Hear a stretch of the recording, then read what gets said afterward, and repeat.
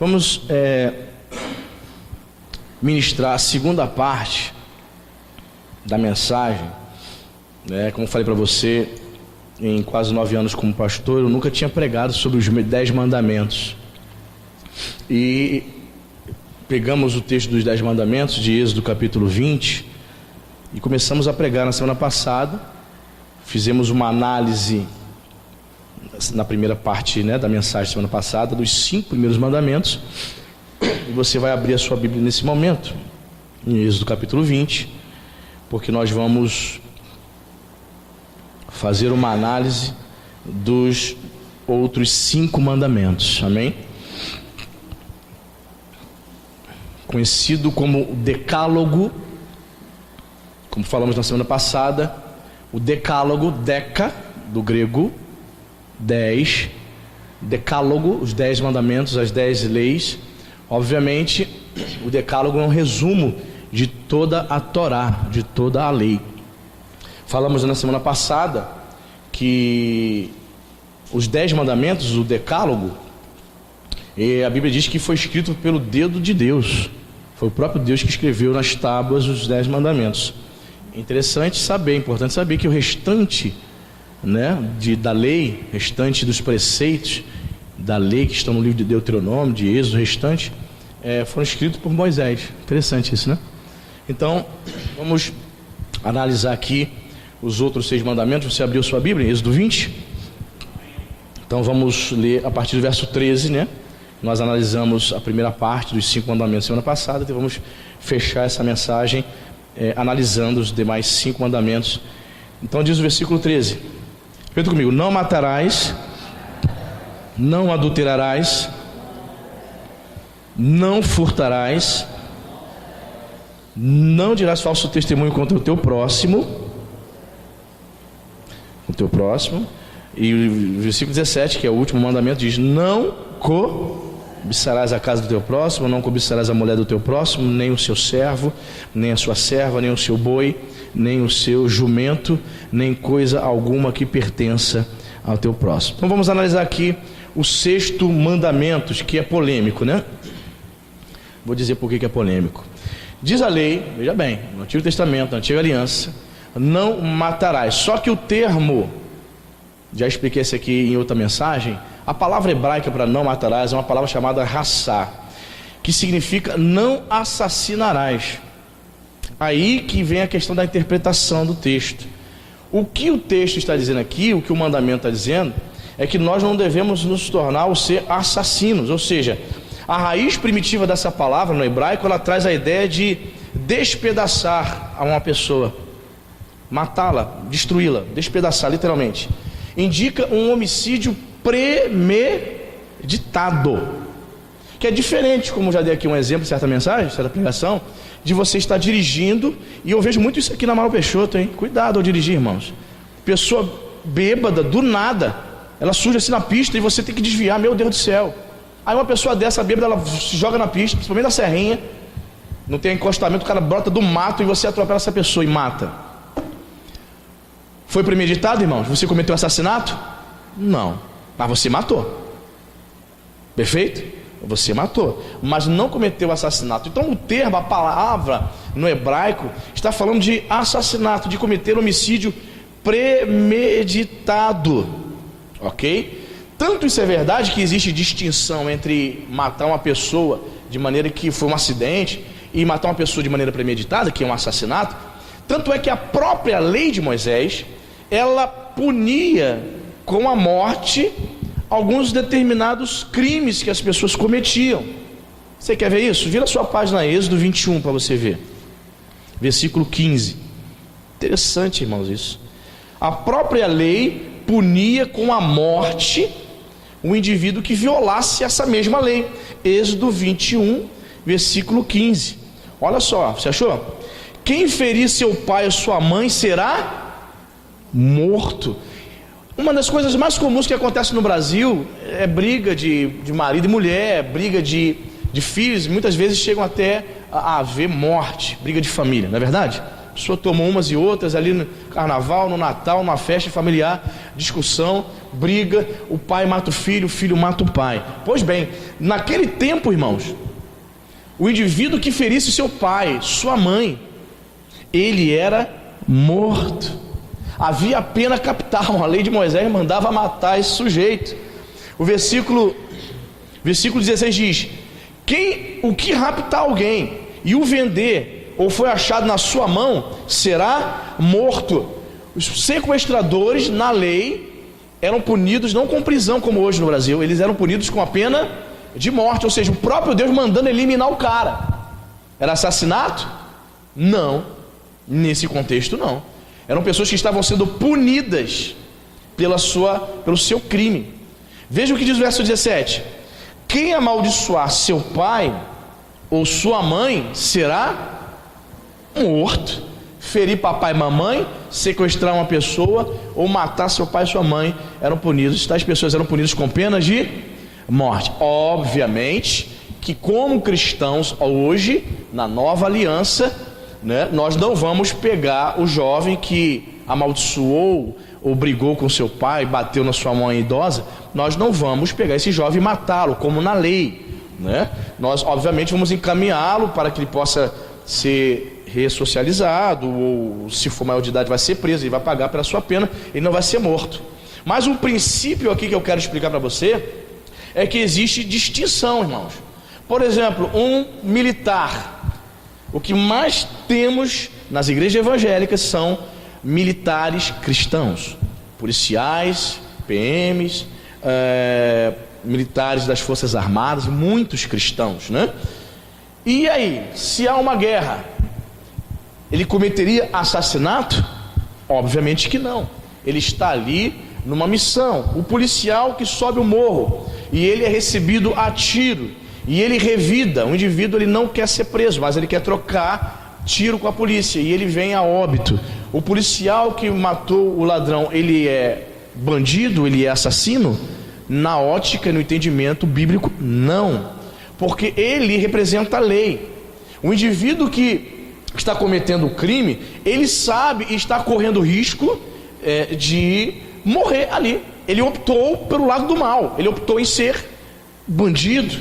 Então, obviamente, quando um policial, na troca de tiros, o camarada está assaltando ali, mata aquele indivíduo, ele não comete assassinato. Então o termo bíblico aqui é totalmente distinto. Não matarás não inclui essa questão de um policial trocando um tiro com o bandido, ele matou, então ele não é considerado um assassino, ok? Dentro desse contexto, até mesmo analisando a raiz da palavra hebraica. Então o que seria não matarás aqui, pastor? Qual seria a tradução mais precisa? Uma tradução mais correta seria não assassinarás, que é matar alguém de forma o quê? Premeditada. Um bandido, por exemplo, ele fala assim: eu vou fazer um assalto, vou entrar no ônibus agora. A vítima da sociedade, como dizem, né? Eu vou fazer um assalto. Ele entra no ônibus com uma arma e ele anuncia um assalto. Na cabeça dele, ele pensa e entende que tem que obter sucesso nessa investida. Qual o sucesso seria? Recolher todos os celulares e dinheiro de todo mundo e descer do ônibus na boa. Mas também pode passar na cabeça de alguns que eu vou assaltar esse ônibus, mas eu corro um risco. Qual o risco? De ter um policial lá dentro e revidar e eu morrer. Perfeito? Só que o bandido sobe no ônibus para assaltar, e se alguém revidar, ele puxa o revólver, mas é para trocar tiro para que ele morrer ou para que o policial, a paisana, morra? É para que o outro morra. Então, se ele matar um policial, um pai de família, podemos classificar dentro desse mandamento aqui, porque ele fez tudo isso premeditado. Em outras palavras, ele premeditou um assalto, mas se alguém reagir, eu faço o quê? Mato um pai de família que está indo trabalhar cedo no ônibus. Você deu para perceber isso? Então, uma tradução mais precisa na língua portuguesa seria não assassinarás, que é praticar um homicídio premeditado. Eu tive um parente que eu digo assim, era marido da minha prima, que ele, numa briga com uma pessoa, um vizinho, briga de família, coisa boba, ele não era bandido, era trabalhador, ele eletricista, numa briga boba ele acabou assassinando o vizinho. Irmãos, ele pegou uma cadeia bonita, Era uma pessoa muito boa, uma pessoa, sabe, mas num destempero, num surto de ira, ficou indignado, ele acabou assassinando e ele cumpriu a pena inteira, irmão. Ficou mais de 10, 15 anos preso. Sofreu, mas ele conviveu com aquelas pessoas ali, mas o instinto dele não era de uma pessoa que foi assaltar e matou um pai de família. Não foi algo premeditado, mas a justiça considerou um homicídio, porque houve uma briga ali, um pai de família também foi morto, e ele pegou uma cana terrível.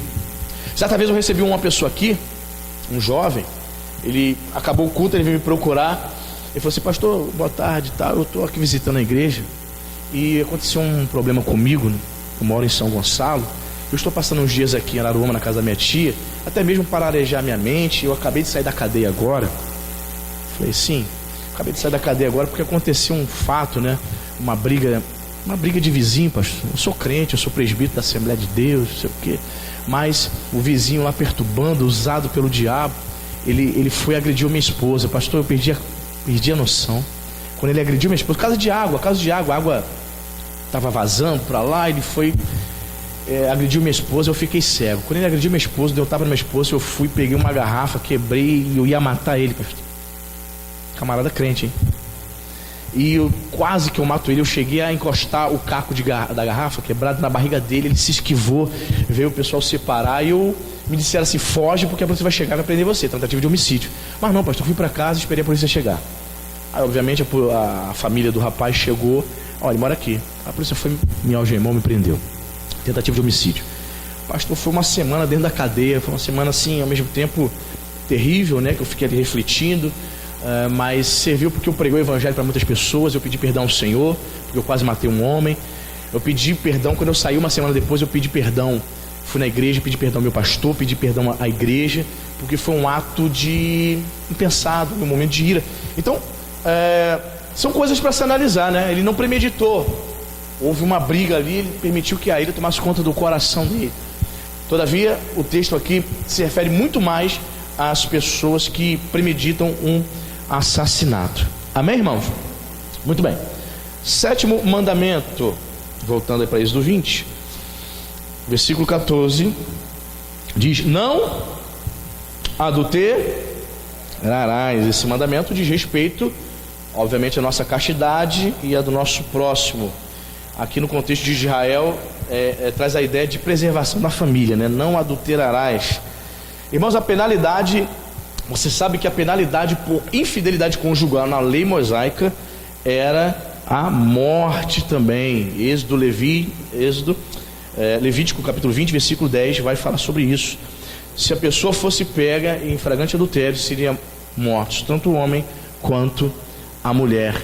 É interessante isso, porque se um homem casado, segundo a lei de Moisés, presta atenção nisso, havia pena de morte para caso de adultério. Um camarada casado se relacionar com outra mulher casada. Mas se eu casado, se eu vivesse na lei, diz a lei que se eu me relacionasse com uma moça que ela não fosse casada, não havia pena de morte. Interessante, né? Haveria uma espécie de indenização. Fosse descoberto o relacionamento de um casado com uma moça virgem, não casado, uma jovem, esse homem não seria morto, não haveria pena de morte. Engraçado, haveria uma espécie de indenização. O cara teria que pagar um dinheiro ao pai da moça. Onde está escrito isso, pastor? Está aqui, ó. Anotei aqui, Êxodo capítulo 22. Vira a sua página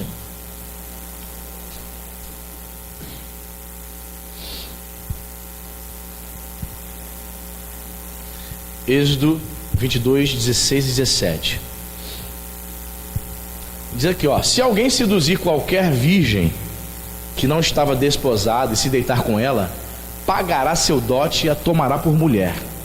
Se o pai dela definitivamente recusar dar-lhe, pagará ele em dinheiro, conforme o dote das virgens. Vai ficar tudo certo. Isso também não significa dizer que a lei mosaica ela incentivasse a promiscuidade, a fornicação, a imoralidade, não, tá, gente? Mas o sujeito tinha um certo prejuízo, ainda que financeiro. Veja bem, ele tinha que pagar o dote ao pai, e se a moça não quisesse casar, ele ainda assim tinha que dar o dinheiro para o pai, uma espécie de indenização por ter tirado a virgindade da minha filha.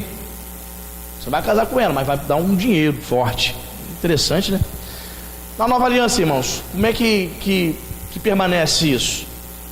Qual é o procedimento? Pois bem, em relação ao adultério, Jesus é muito mais rígido.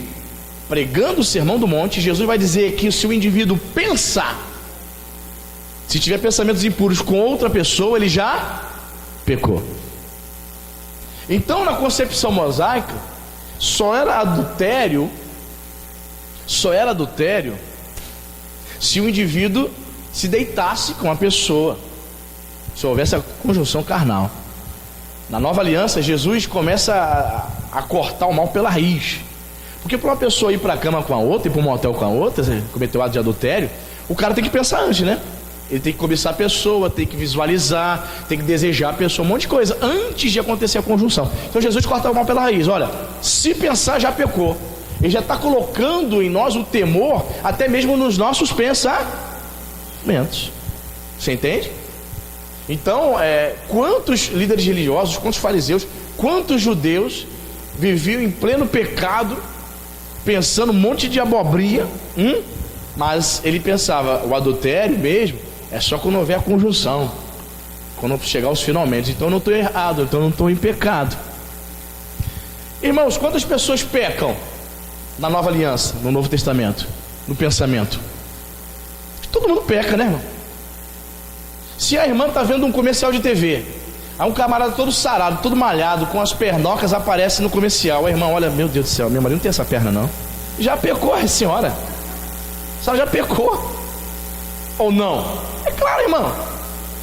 A sua mente já viajou. Pode ser essa perna de um deus grego, não é possível. Mesma coisa o homem, a mente do homem é mais fértil ainda. O homem pensa em sexo durante o dia mais de 100 vezes mais que a mulher. A mulher pensa, mas muito vagamente. Mas o homem, qualquer coisa desperta o homem. Um comercial na TV, a moça está com um decote mais ou menos, né, vulgar, pronto, já pecou. Então o que Jesus vai dizer para nós? Que nós temos que lutar também, travar uma batalha na mente. A mente que fica divagando, pensando besteira. O homem que está andando na rua, muitas vezes passa uma moça de roupas curtas, de roupas indecentes. Tem que controlar os olhos, controlar a mente para não pensar em besteira. Então Jesus vai dizer que nós travamos agora, na nova aliança, uma batalha na mente, e que se ele tiver qualquer pensamento impuro em relação a alguma mulher, ele já cometeu adultério, irmãos. Agora, se uma pessoa na nova aliança for descoberta que cometeu adultério, ela é morta, apedrejada? Não. Se por um lado tornou-se mais rígido a questão da pureza da mente, por outro lado, ninguém na igreja que adultera é apedrejado no meio do povo. Vamos levar essa pessoa para o pátio aqui, vamos embora. No máximo que acontece em algumas igrejas é ele ser excluído do hall de membros. Como a igreja Nova Vida não tem exclusão formalmente, esse indivíduo vai ser o que? Afastado das suas atividades na igreja. Perfeito? Na nova aliança, a cultura lá é que se um homem casado se deitasse com uma moça, ele tinha que pagar um dote, uma espécie de indenização. Se descobrirem isso, que um homem casado se deitou com uma jovem, acontece isso hoje em dia na nossa cultura, irmão? Não. O que vai acontecer, se for uma comunidade de fé numa igreja, é escândalo, né? Mas ninguém vai exigir uma indenização a um homem casado. Ó, eu quero 100 mil reais aí, você tirou a virgindade da minha filha. É indenização. Não existe uma lei para isso. Mas é interessante que havia esta lei na antiga aliança, e ele se deitar com uma moça não era considerado adultério. Interessante, né? É interessante de saber essas coisas. Amém, irmãos? Então a situação agora é muito mais rígida, né? É muito mais rígida, porque o Senhor Jesus considera pecado, impureza, se o indivíduo ficar só fixando, só fixando, esse cara é um espetáculo, esse cara é muito lindo, e essa moça aqui, meu Deus. Aí o cara começa, deixa a mente divagando, aí a sua mente, o Satanás, ele vai fazendo o que arruaça. Então o próximo passo, o diabo é desgraçado. Quando o camarada consegue contaminar a mente do indivíduo, ele está saturado de pecado e maus pensamentos, o próximo passo é partir para os finalmente. Ele não vai se contentar mais de ficar apenas somente alimentando a sua imaginação. Aí ele já vai o quê? Vai ligar, vai mandar recadinho, ou vai na cara dura mesmo. Eu já ficou sabendo, irmãos, assim, outros lugares, outras igrejas, o cara na cara dura mesmo chegar: eu quero sair contigo. Eu conheço um casal de outra denominação, uns anos atrás, 20 anos atrás, um jovem de 17 anos conhecia o marido dela. Aí ele chegou para a senhora casada e na cara de pau, assim, no domingo ele resolveu e falou assim: ó, fulana, a irmã, eu queria dizer um negócio para a irmã pode falar, mas nunca deu para conversar para ele não, irmão. Ele disse do nada, ele: é que eu tenho pensado muito na senhora. O jovem, imagina essa irmã com seus 25, esse jovem 18. A senhora não sai dos meus pensamentos. Tive que falar isso para a senhora, tipo assim, eu quero ter alguma coisa com a senhora. Aí ela falou assim: meu querido, você sabe o que eu estou falando? Você tem noção se o meu marido está aqui agora? Então as pessoas que não têm noção, querido, estão dentro da igreja, mas não tem temor não. O que ele queria que ela dissesse, irmão? Tá bom, vou me separar agora do meu marido para ficar com você, garoto. Era isso? Você vê, existem pessoas que têm a mente tão iludida por Satanás que chega a tomar uma decisão dessa, gente. Então nem todo mundo que está dentro da igreja está com a mente pura não, querido. Muita gente, olha, deixando Satanás fazer ninho,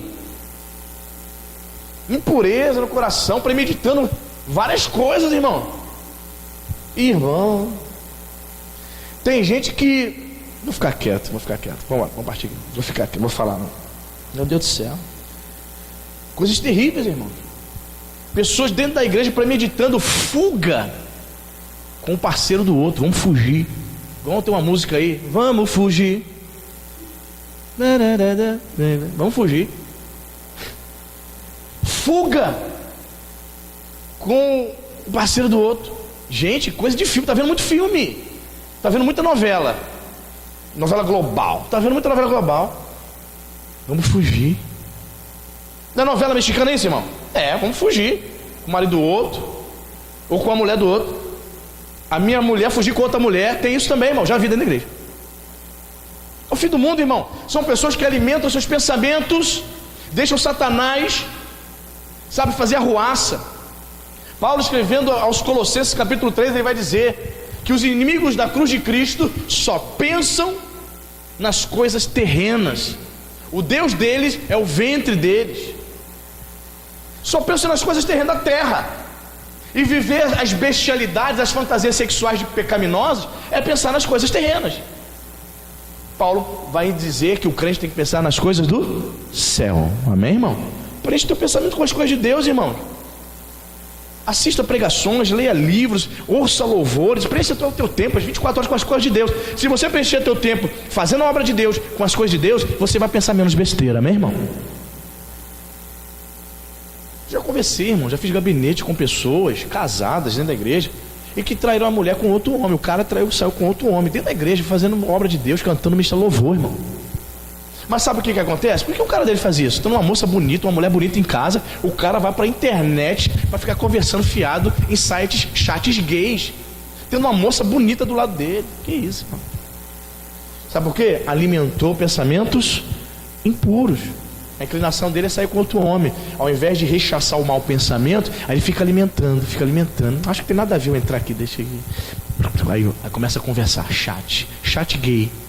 Cara, dentro da igreja, com uma mulher bonita, cheirosa ali, pra ele, o cara vai buscar homem na rua. E nesse caso, essa pessoa me disse que o relacionamento dele, o camarada era de outro estado. Ele começou a namorar o cara para outro estado. Namoro virtual com outro homem, ao ponto dele chegar e abandonar, nem falou nada pra mulher, pegou a mala, foi embora, pegou um ônibus, foi lá pro outro estado para se encontrar com outro cara. Abandonou a mulher. Cadê da igreja fazendo a obra, né? Que dizia que era de Deus. Sabe por quê? Porque deixou os maus pensamentos dominar. Então Jesus vai dizer para nós na nova aliança, irmãos, que o pecado ele já se dá aqui, ó. Jesus quer que nós cortemos o mal o quê? Pela raiz, nos pensamentos. Amém, queridos? Como é que estão os nossos pensamentos, hein? Pastor, se os meus pensamentos fossem expostos no data show aqui, pastor, eu nunca mais voltava nessa igreja de tanta vergonha. Imagina. Tudo que você pensou de ruim, de impróprio, de proibido, de pecaminoso essa semana, imagina sendo exposto aqui. Você ia sair, muitos de nós sairíamos da igreja com vergonha, se levantaríamos. Por quê? Porque nós temos essa inclinação pecaminosa e temos que lutar contra essa inclinação, amém? Fazei, pois, morrer a vossa natureza pecaminosa, disse Paulo, amém, irmão? Tem crente não, tem crente que se afia à doutrina da graça, eu vivo na graça. A graça barata, só se for, né? E ele quer viver a vida de qualquer maneira. Deus me perdoa. Todo dia cai no mesmo erro. Não, eu vivo na graça, a graça de Deus é boa. E ele não luta contra o pecado. Ele se aproveita da doutrina da graça para viver no erro, alegando, Deus sabe da minha fraqueza. Não. A minha Bíblia diz que eu tenho que lutar contra o pecado, amém? Se eu me entrego diariamente ao pecado, significa que eu estou desprezando a graça de Deus, amém, irmão? Muito bem. 8º mandamento, versículo 15. Voltando aqui para Êxodo 20.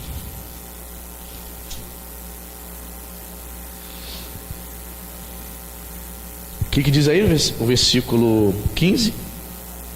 Não furtarás. Obviamente, numa leitura inicial, refere-se a qualquer aquisição, né, de bens ou de propriedade alheia. Você não vai furtar, você não vai roubar, certo? Mas muitos cristãos acham que não furtarás é só isso, né? Roubar, pegar um objeto de alguma pessoa. Mas, querido, nós podemos encaixar aqui outras questões. Esse não furtarás foi válido na antiga aliança e vale também para a nova aliança, no que diz respeito, por exemplo, você vai fazer uma negociação com alguém e você burla determinadas coisas. Você vai vender um carro para uma pessoa, você sabe que o motor está batido, mas você não fala isso para a pessoa. Você está vendendo, fazendo uma negociação, usando o quê? Do artifício, do engano, do dolo. Você está furtando a lealdade ali, a verdade. Você está roubando a verdade dessa pessoa. Você passa um carro totalmente arrebentado, um carro clonado, fraudando na negociação. Podemos também dizer que uma pessoa se encaixa esse mandamento aqui para nós, no que diz respeito a, por exemplo, não devolver o que foi emprestado. Tem gente que pega as coisas emprestadas com uma pessoa e não devolve mais não. Irmãos, eu não empresto livro para ninguém. Não volta, irmão. A pessoa não lê e não volta para mim. CD também. Ainda bem que nem estou fabricando mais CD, né? Não é assim, irmão. As CDs vai fazer assim, ó. Sim, senhor. Não volta, irmão. Livro, roupa. Mulher tem isso de emprestar roupa para outra, não é isso? Volta também não, né? E na maior cara de pau. Certa vez eu emprestei um livro nos irmãos. Um ano depois, cheguei meio gato. Estou precisando daquele livro, estou fazendo faculdade, estou precisando daquele livro para fazer uns trabalhos aí. O irmão leu? Li não. Mas me devolve, já tem um ano e pouco, livro fininho. Me devolve, por favor. Complicado, irmão. Isso é roubo. Isto é roubo. Esqueci. Irmão, só desculpas esfarrapadas. Por que não esquece a cabeça, né, irmão? Em outro lugar. Esqueci. Aí empresta, não devolve. Compra. A minha mãe vende Natura, Avon, há 300 anos. Aí minha mãe estava lamentando. Eu tomei uma volta enorme. A moça ali embaixo, na rua de baixo, comprou R$1.300 de Natura e não pagou. Eu falei, pelo amor de Deus, mano, você vê a pessoa ganhando um salário mínimo, comprando R$1.300 de perfume. A senhora acredita que ela vai pagar, mãe? Mãe, meu Deus do céu. Eu falo pro meu irmão que mora em cima, na casa de cima, eu falei, orienta essa senhora. Tá vendo que vai tomar volta, não vai pagar, cara. Não vai. Aí se aborrece, porque vai lá cobrar, a pessoa foge, a pessoa se esconde. Isso é roubo, irmão. A pessoa fingiu que comprou, mas na verdade ela roubou. Ou seja, não devolveu o que pegou emprestado. Reter dívidas. Olha a malícia do crente, se é que é crente. Meu nome está sujo, né? Está no SPC, não posso comprar nada na Casa Bahia. Mas Deus é bom, vou esperar 5 anos caducar.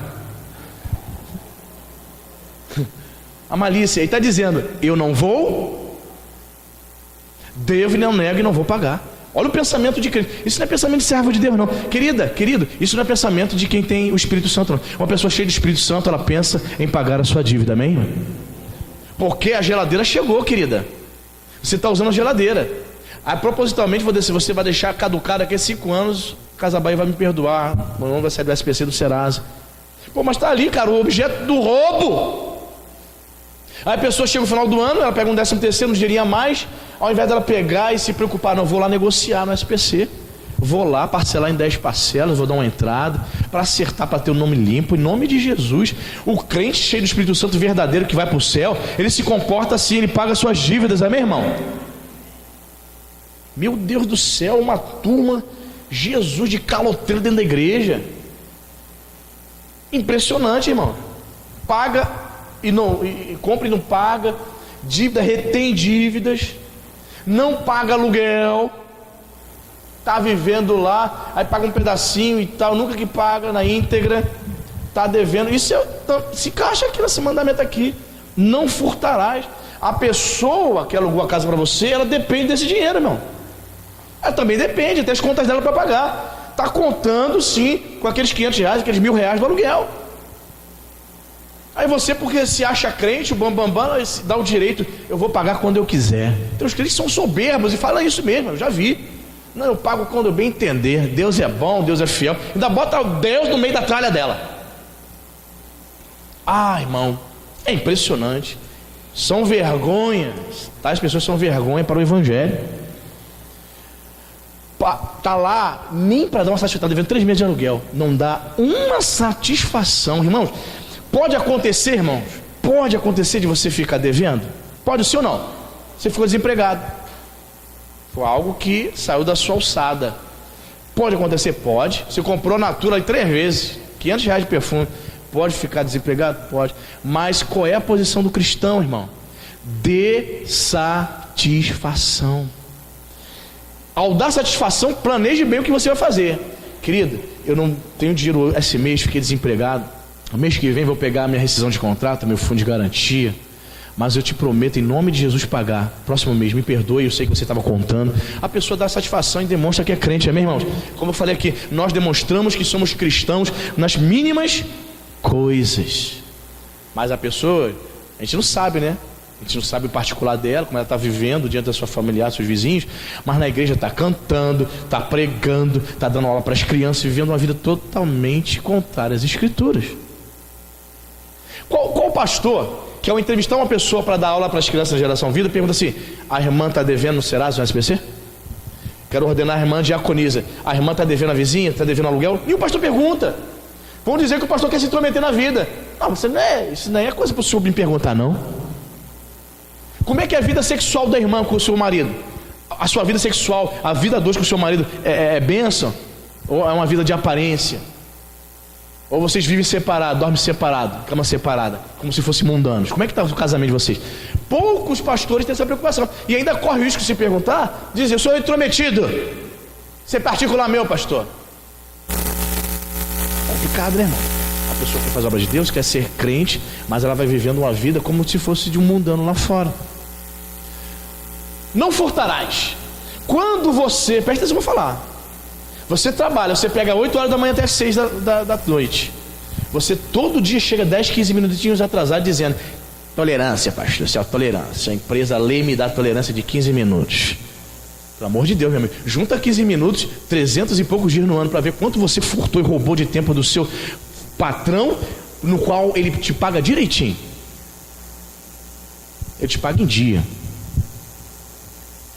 Tem muita gente furtando o tempo de trabalho. Irmãos, eu trabalhei numa fábrica, tinha um galão de café lá. De vez em quando os camaradas davam aquele voo, né, pro café. Segura aqui, fulano, segura aqui na máquina aqui que eu vou tomar um café. Irmãos, esse café era 30 minutos, meu. Caramba.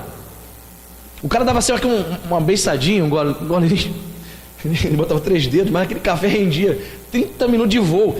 Querido, isso é prejuízo para o patrão. Isso é furtar o tempo do patrão. Está roubando o patrão, irmão. Isso é mal diante dos olhos do Senhor, querido.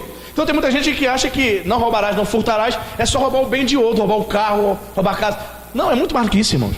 O evangelho vai expandir essas questões. O leque se abre. Roubar o tempo de outro. Vou nem entrar aqui em roubar dízimos e ofertas. Nem vou entrar, não vou entrar. Não vou entrar. Roubar dízimos e ofertas, roubar o tempo do outro, roubar o coração do outro. Tem pessoas mais intencionadas dentro da igreja que fica se oferecendo, fica se insinuando. O cara está ali casadinho, bonitinho, aí vem a varoa, meia zureta da vida, uma giraia, e começa a se insinuar. É, porque de Deus não é giraia, né? Aí começa a se insinuar, um cara bonito, casado ali, com família bonita, constituída, e ela vê o cara como idealiza o cara como um cara perfeito. Aí vai conversar com o cara. Oi, oi, Guará. Segura minha mão. Que mãos másculas. Tem calo, né? Pô, começa a se insinuar pro camarada. Você está furtando o coração desse cara. O cara casado, o cara estava com a mente cheia do Espírito Santo, louvando a Deus. Aí vem mulheres que muitas vezes, sabe, com pensamento de pipa voada, despertando no cara o que o cara nem tinha olhado nada demais, mas se oferecendo, se insinuando. Até o tom de voz muda.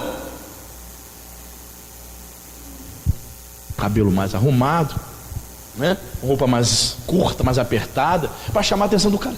Às vezes não é nem consciente, às vezes é inconsciente, mas está fazendo.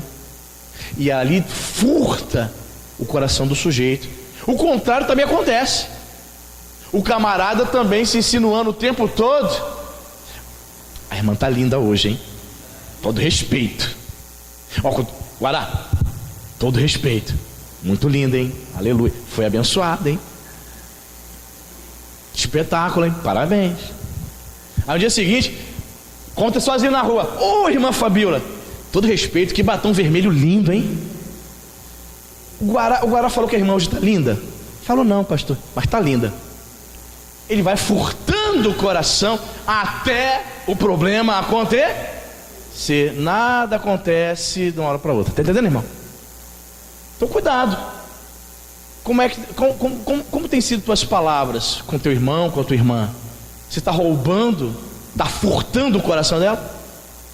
Paulo vai dizer a Timóteo: Timóteo, não defraudeis o coração do sujeito, das pessoas. Não defraudar o próximo, não defraudar o irmão. Tem a ver com isso também. Aí a pessoa cria uma imaginação, né? Começa a criar uma fantasia dentro da igreja. Ela cria uma fantasia de que pode fugir. Vamos fugir. Aí manda o zap: tá afim de fugir comigo? Eu estou abandonando mulher, tudo, igreja, não quero saber de nada. Estou entregando o cargo de professor, de diácono, de pastor, já falei até com o bispo. Estou saindo fora, vamos fugir, ninguém vai ficar sabendo para onde vai. Vamos embora fugir. Pronto, ela, vamos embora. Aventura. Vamos para o Novo México. Quando as pessoas querem fugir de alguma coisa, sempre vai para os Estados Unidos, para o Novo México, né? Então, irmãos, a gente está falando assim, então, de brincadeira, para descontrair, mas o negócio é sério. Muito sério. Tem gente devendo, que não paga. Patrão que se diz crente, que deve salários. Meu Deus do céu, irmão, eu trabalhei já com patrão crente e não crente. Chegava o dia do meu pagamento, irmão, patrão crente, dia 15. Aí tal, fechamos a loja, eu falei: fulano, hoje é meu pagamento, né? Dia 15. Aí ele: né? Teu pagamento. Não tem dinheiro nenhum não, tá? Depois eu te pago. Eu ia para casa assim com cara de taxa, falei: Jesus, e agora? Não tem? Aí, dia de pagamento, dia 30, dia 15. Aí chegava o dia 30 e tal. Eu falei: hoje é dia de pagamento, né? Falei: tô só te lembrando só, que às vezes tu esquece muita coisa. Ele: para dia 30. Ele: quanto tem no caixa? Aí eu abri a caixa: R$10. Ele: me dá esses R$10 aí. Ele: para me botar gasolina para ir para casa. Ele botava 5, ele tinha uma Blazer. E botava, ele parava no posto para botar R$5 de gás na Blazer. Às vezes ele chegava com o carro assim, eu falei, o que foi? Ele está sem combustível, não tem dinheiro não. Gente, como é que você quer ser patrão? Trabalhar para pobre é pedir esmola para dois. Já ouviu essa expressão? Pois é. Sofria com o patrão se dizendo crente e com o patrão não crente. Tive outro patrão que, meu Deus do céu, que complicação. Ele chegava 13º, aí ele dizia, não tem 13º para te dar não antes. Aí foi passando os meses, eu falei, faz o seguinte, vamos negociar.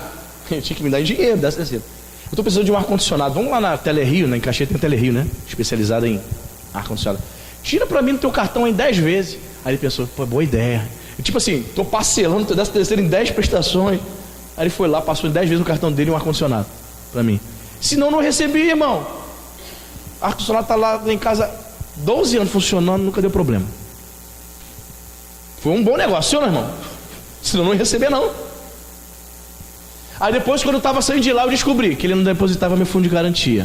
Tinha nada. Fiquei com pena de botar ele na justiça.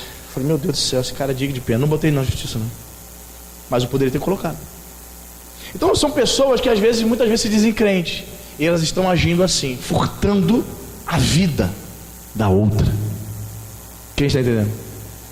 9º mandamento, penúltimo mandamento, versículo 16 diz: não dirás falso testemunho contra o teu próximo. O que seria isso, pastor? Falso testemunho? É o falar falsamente contra o próximo. Falar injustamente sobre o próximo, é inventar calúnias, difamação. A pessoa que, né? Presta atenção, irmão, com o pastor eu tenho aprendido muito mais do que nunca como pastor. Tenho aprendido um detalhe da vida. Quando você vai conversar com uma pessoa, presta atenção que eu vou falar para você. Sempre tem os dois lados da história. Não é porque eu me simpatizo com a irmã que eu vou comprar o barulho da irmã logo de cara. A irmã vai contar: pastor, meu marido isso. Tá bom, é verdade, irmã? É. Antes de eu fazer qualquer avaliação, eu preciso fazer o quê? Conversar com o marido. Se possível, conversar com terceiros, filhos que observam e convivem com ambos, para saber fazer um diagnóstico. Certo? Então, querido, note bem, se uma pessoa chega para você e começa a me difamar, não, porque o pastor Anderson, ó, isso. A mulher dele, ó, isso. Aí você, é mesmo, né? Ai, meu Deus do céu. Você comprou o barulho, comprou a narrativa, porque você é simpático. O Kendi começou a falar, como eu gosto do Kendi, eu acreditei no Kendi. Você não foi até o pastor Anderson para saber o outro lado da história. Aprenda isso, irmão. Nunca abrace a história de um lado só. Ah, porque eu vou sair dessa igreja. Por quê, pastor? Por quê, fulano? Ah, porque o pastor falou isso comigo, fez isso comigo. É mesmo? Caramba, ele não deveria ter feito isso, né? Pastor, isso é fogo, né? Caramba, eu sabia que a máscara ia cair, aleluia. Sabia. Ei, procura saber o outro lado, tá? Senão você vai se pegar difamando, caluniando uma pessoa falsamente, acreditando em falsidade, levantar o falso. Não dirá falso testemunho contra outra pessoa, irmão. É o falar mal, né? É o falar mal. E isso é terrível. É o assassinato da reputação do outro. Esse texto aqui, esse mandamento nos ensina a respeitar a reputação das pessoas, queridos. Respeite a reputação. Não faça avaliações e julgamentos sem conhecer toda a história. Com o pastor novato, no início aqui eu comprei muitas narrativas assim. Eu acreditava, irmãos, é assim. Você diz que é crente, você vem contar algo para mim, eu parto do pressuposto que você está falando toda a verdade. Eu te vejo como crente. Eu acho que você pensa como eu. Aí, vai aprendendo, irmão. Você vai aprendendo que você não pode comprar a narrativa inicial. Você tem que saber o outro lado da história. Os tribunais, você vê em filme, né? Se utilizando deste recurso, né? Você já viu na testemunha? Quando ela é chamada para dar o depoimento, aí o guarda oferece para ela o quê? Uma Bíblia. Eu não sei se os tribunais aqui no Brasil fazem isso, mas eu vejo isso muito nos filmes, né? Americanos. A senhora jura dizer a verdade, somente a verdade, nada mais que a verdade? Com a mão na Bíblia. Ou seja, porque ela está se colocando ali como uma testemunha. Então, se ela trouxer uma narrativa falsa, poxa, ela vai prejudicar uma pessoa. Aquela pessoa pode ser condenada ou absolvida mediante aquele testemunho. Algo sério, né? Mas mesmo pessoas, a gente sabe, né, que mesmo colocando a mão na Bíblia, muita gente mente. Colocando a mão na Bíblia, dizendo que é crente, botando a Bíblia debaixo do sovaco, faz um monte de coisa com a Bíblia.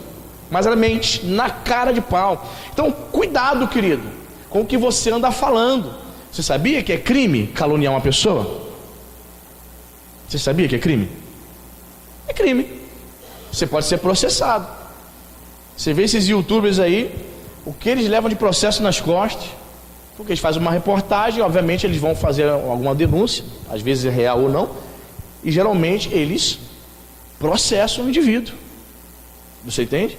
Então, muito cuidado com o que você está falando a respeito das pessoas. Não dirás falso testemunho.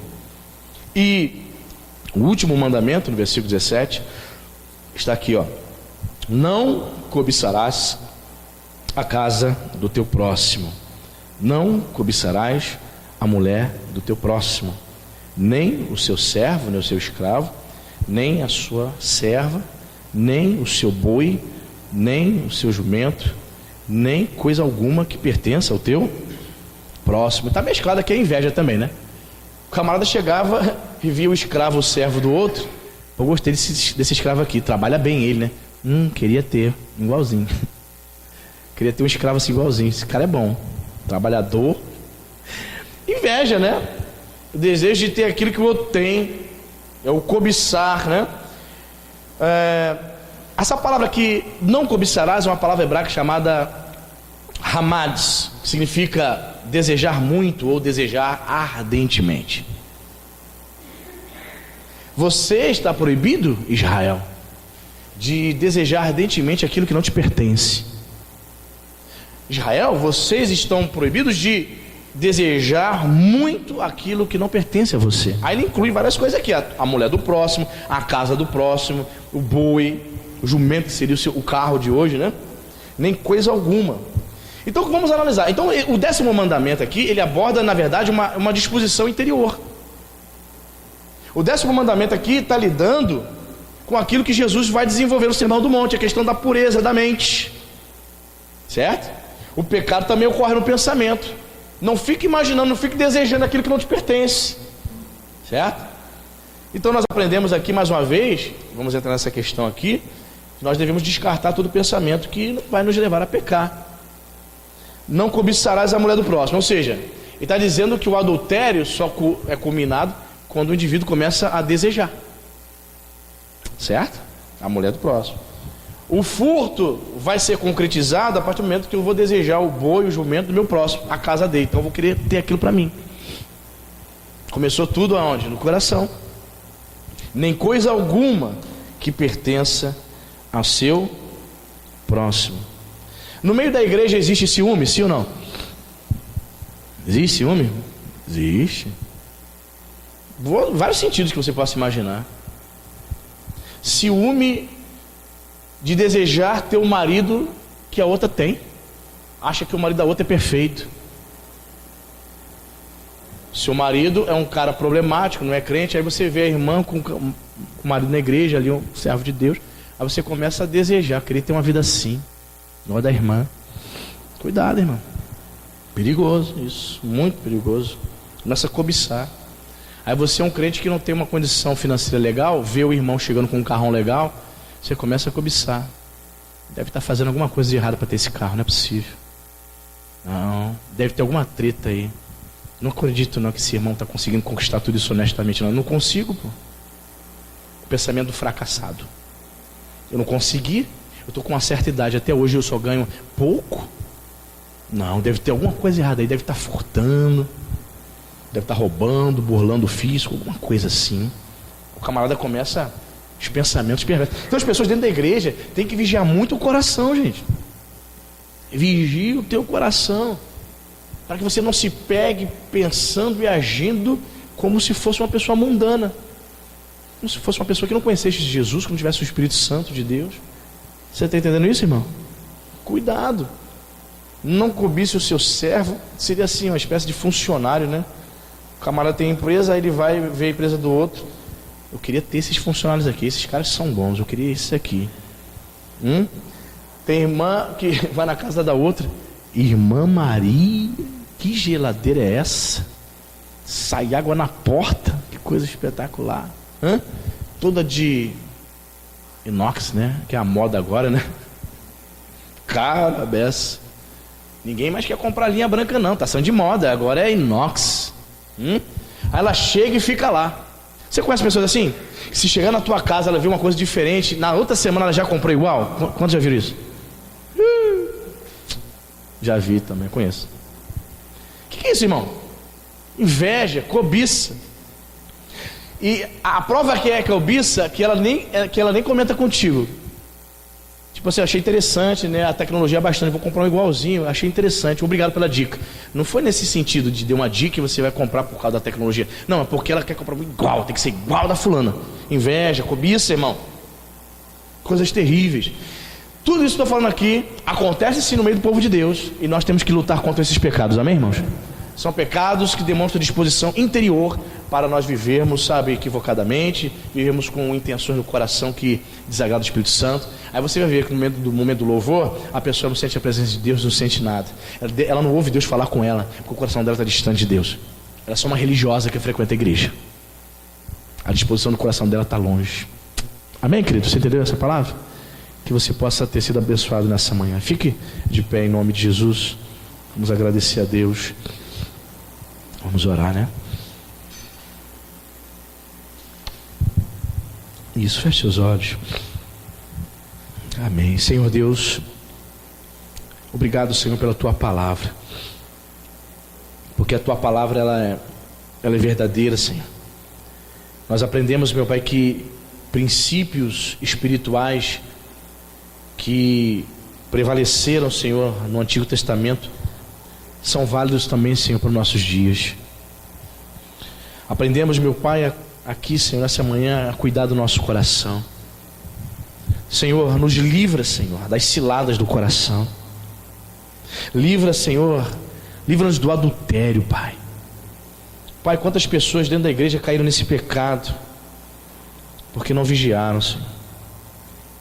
Senhor, nos livra, Senhor, de furtar, Senhor, o tempo de outros, os bens de outras pessoas. Nos ajude, Senhor, a honrarmos os nossos compromissos. Nós não queremos, meu Pai, fraudar negociações. Nós não queremos comprar e ficar devendo. Pai, muitos crentes estão caindo nesses pecados, Senhor. Compram, Senhor, propositalmente, dizendo que não vão pagar, esperando que o seu nome saia do SPC. Senhor, são pensamentos de pessoas que não têm o Espírito Santo, Pai. São pensamentos, meu Pai, mundanos. São pessoas que estão envergonhando a Tua palavra. Tantas pessoas, meu Pai, que ouvindo as Escrituras, ouvindo mensagem após mensagem, estando na igreja domingo após domingo, Senhor, elas têm falhado, Senhor, e têm se colocado como difamadores. Essas pessoas têm se colocado como pessoas que declaram falso testemunho, que falam mal do próximo. Só vem um lado da história. São pessoas, meu Senhor, que nem conhece a outra pessoa, mas começa a falar mal, começa a levantar falso, só porque a amiga ou o amigo falou. Senhor, nos ajude a estarmos atentos a esses pecados, porque muitas vezes temos visto, Senhor, os crentes caindo nestas ciladas, Pai. Ajuda-nos em nome de Jesus. Ajuda-nos, meu Pai, a não cobiçarmos aquilo que pertence ao outro. Sim, Senhor, está bem claro aqui: a casa do próximo, a mulher, os servos, os bois, as jumentas, nem qualquer outra coisa. Pai, nos ajude a vigiar e cuidar do coração, Senhor, em nome de Jesus Cristo. Sim, Senhor, muitos de nós estamos permitindo que o diabo faça ninhos na nossa mente. Pai, que a nossa mente pense nas coisas do céu, Pai. Ajude-nos, meu Pai, a vencer a batalha da mente, Pai. Senhor, Teu servo Paulo disse que os inimigos da cruz de Cristo só pensavam nas coisas terrenas. Meu Deus, em nome de Jesus, levanta aqui um povo que pense nas coisas espirituais, nas coisas celestiais. Senhor, que nós possamos vigiar mais naquilo que estamos pensando. Senhor, que os nossos pensamentos não sejam pensamentos difamatórios, pensamentos impuros, de imoralidade, Senhor. Dá-nos pureza, Senhor. Dá-nos um coração igual ao Teu, aleluia. Um coração santo, um coração separado, um coração, meu Pai, santificado pelo Espírito Santo, um coração purificado pelo sangue de Jesus. Então perdoa, Pai. Perdoa todos os nossos pecados, principalmente os pecados da mente, da disposição do interior, em nome de Jesus Cristo. Que a nossa mente, que o nosso coração sejam guiados pelo Espírito Santo, Pai.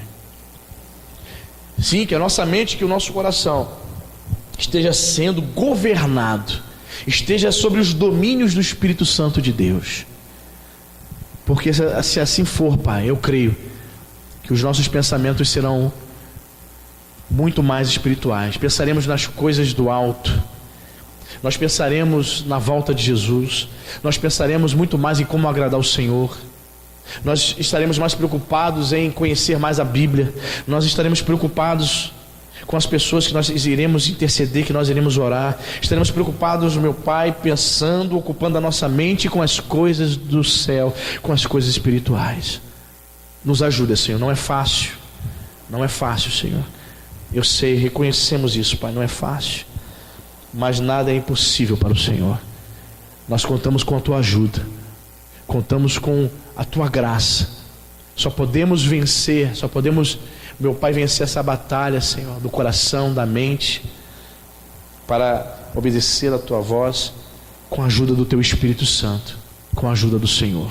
Então ajuda o Teu povo, ajuda os meus irmãos, Senhor. Dá-nos graça, para que sejamos verdadeiramente crentes mais do que vencedores.